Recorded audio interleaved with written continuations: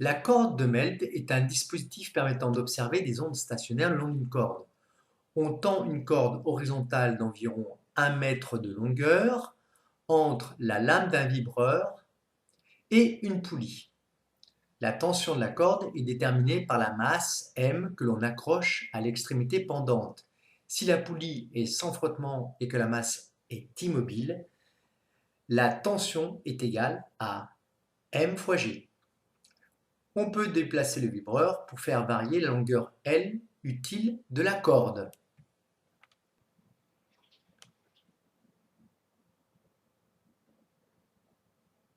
On peut également fixer la fréquence du vibreur.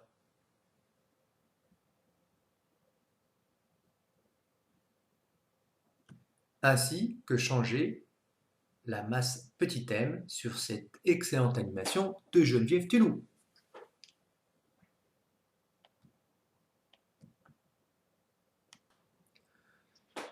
Observation expérimentale. On va faire varier progressivement la fréquence F et voir ce qui se passe.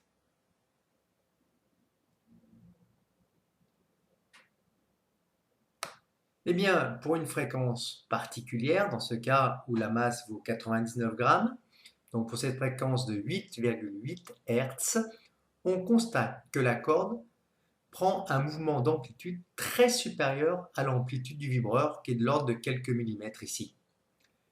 On dit que la corde entre en résonance pour cette fréquence particulière. Pour cette première fréquence de 8,8 Hz, fréquence de résonance que je vais noter F1, la corde présente cette allure. Si la corde vibre très rapidement, l'œil ne percevra qu'un fuseau, puisque je vous rappelle qu'une image reste sur la rétine environ 0,1 seconde. On aura l'impression donc de voir ce fuseau-là. Aux deux extrémités de ce fuseau, on a une amplitude quasi nulle. Alors, ce n'est pas tout à fait vrai pour le vibreur, puisque le vibreur a ici une amplitude de l'ordre du millimètre, mais l'amplitude au centre ici, qui correspondrait à un ventre de vibration, est très supérieure à ces quelques millimètres d'amplitude du vibreur. Ici, au niveau de la poulie, l'amplitude est nulle. Donc, un fuseau est caractérisé par quoi? Deux nœuds ici de vibration et un ventre de vibration entre ces deux nœuds de vibration. On observe ainsi un ventre de vibration au centre de la corde et des nœuds à ses extrémités, ce qui prouve que l'onde sur la corde est bien stationnaire. Que se passe-t-il maintenant si nous augmentons la fréquence du vibreur? Pour l'instant, sa fréquence vaut 5 Hz et on a une résonance de la corde. J'augmente. La corde vibre très peu, elle n'est pas en résonance. Quand nous atteignons la fréquence de 10 Hz environ, qu'est-ce qui se passe? Eh bien, à nouveau, la corde entre en résonance. On n'observe plus un, mais deux fuseaux. Voici le premier et voici le second.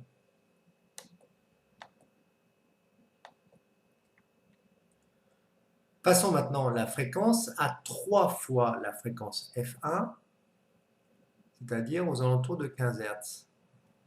À nouveau, la corde entre en résonance et présente pour une fréquence de 3 F1, 1, 2, 3 fuseaux.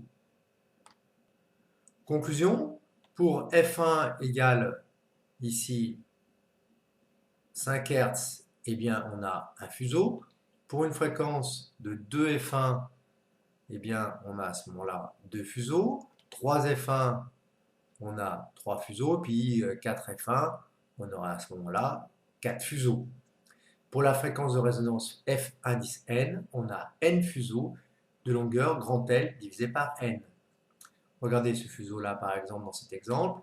On a N égale 4 fuseaux. La longueur du fuseau est égale à la longueur grand L divisé par 4. Quelle est la relation entre les fréquences Fn de résonance, la célérité c de l'onde, le nombre de fuseaux petit n et la longueur de la corde L. Eh bien, on a vu que la distance entre deux nœuds de vibration consécutifs d'une onde stationnaire est égale à lambda sur 2. Vous pouvez revoir le grand 4, onde stationnaire. La longueur de la corde est grand L. Quand il y a n fuseaux sur cette corde, nous avons vu que grand L égale n fois quoi? Eh bien, lambda n sur 2, lambda n étant la longueur d'onde de la fréquence f indice n.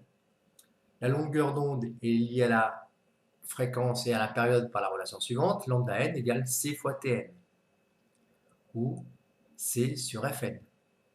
Ce qui nous donne la relation entre la longueur grand L de la corde, la célérité c, le nombre petit n de fuseaux et la fréquence fn.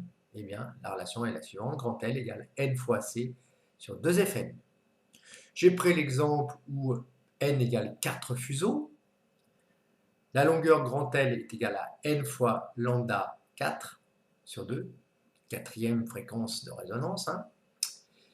Donc C fois T4 sur 2, ou N fois... Ah, j'ai oublié le petit n, attention. Ou N fois C sur 2F4. Si cette fois-ci, nous avons une seule fuseau, donc la fréquence de 5 Hz, comme nous l'avons vu précédemment, que devient cette relation? Eh bien, petit n, un fuseau, je remplace petit n par 1. Lambda 1, ça correspond à la longueur d'onde lambda correspondant à la fréquence F1. Donc lambda 1, c'est C fois T1. Donc, grand L est égal à C divisé par 2F1. Ou la fréquence de résonance, la première fréquence de résonance, généralement appelée la fréquence fondamentale, est égale à 2L sur C.